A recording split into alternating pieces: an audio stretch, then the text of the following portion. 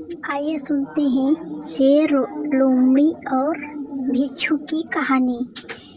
एक बौद्ध भिक्षुक भोजन बनाने के लिए जंगल से लकड़ियाँ चुन रहा था कि तभी उसने अनोखा देखा। कितना अजीब है!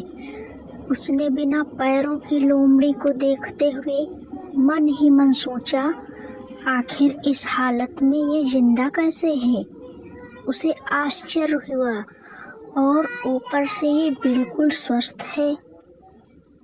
वह अपने ख्यालों में खोया हुआ था और अचानक चारों तरफ अफरा तफरी मचने लगी। जंगल का राजा उस तरफ आ रहा था। भिक्षुक भी तेजी दिखाते हुए एक ऊंचे पेड़ पर चढ़ गया और वहीं से सब कुछ देखने लगा। शेर ने एक हिरन का शिकार किया था और उसे अपने जबड़े में दबाकर लोमड़ी की तरफ बढ़ रहा था, पर उसने लोमड़ी पर हमला नहीं किया, बल्कि उसे भी खाने के लिए मांस के कुछ टुकड़े डाल दिए। ये तो घोर आश्चर्य है। शेर लोमड़ी को मारने की बजाय उसे भोजन दे रहा है। भिक्षुक बुदबुदाया। उसे अपनी आंखों पर भरोसा नहीं हो रहा था, इसलिए वह अगले दिन फिर वहीं आया और छिपकर शेर का इंतजार करने लगा। आज भी वैसा ही हुआ। शेर ने अपने शिकार का कुछ हिस्सा लोमड़ी के सामने डाल दिया।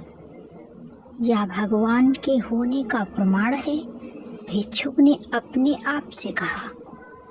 वह जिसे पैदा करता है उसकी रोटी का भी इंतजाम कर देता है। आज से इस लोमड़ी की तरह मैं भी ऊपर वाले की दया पर जीऊंगा।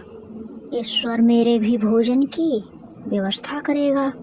और ऐसा सोचते हुए वह एक वीरान जगह पर जाकर एक पेड़ के नीचे बैठ गया।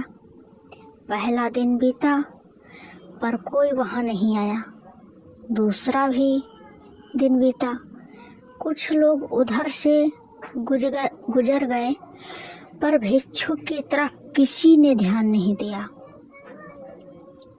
इधर बिना कुछ खाए पिए वह कमजोर होता जा रहा था। इसी तरह कुछ और दिन बीत गए।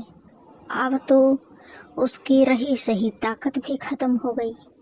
वह चलने फिरने के लायक भी ना रहा। उसकी हालत बिल्कुल मृत व्यक्ति की तरह हो चुकी थी। तभी एक महात्मा उधर से गुजरे और भिक्षुक के पास पहुंचे। उसने अपनी सारी कहानी महात्मा जी को सुनाई और बोला, अब आप ही बताइए कि भगवान इतना निर्दयी कैसे हो सकते हैं। क्या किसी व्यक्ति को इस हालत में पहुंचाना पाप नहीं है? बिल्कुल, महात्मा जी ने कहा, लेकिन तुम इतना मूर्ख कैसे हो सकते हो? तुम ये क्यों नहीं समझे कि भगवान तुम्हें उसे शेर की तरह बनते देखना चाहते थे, लोमड़ी की तरह नहीं।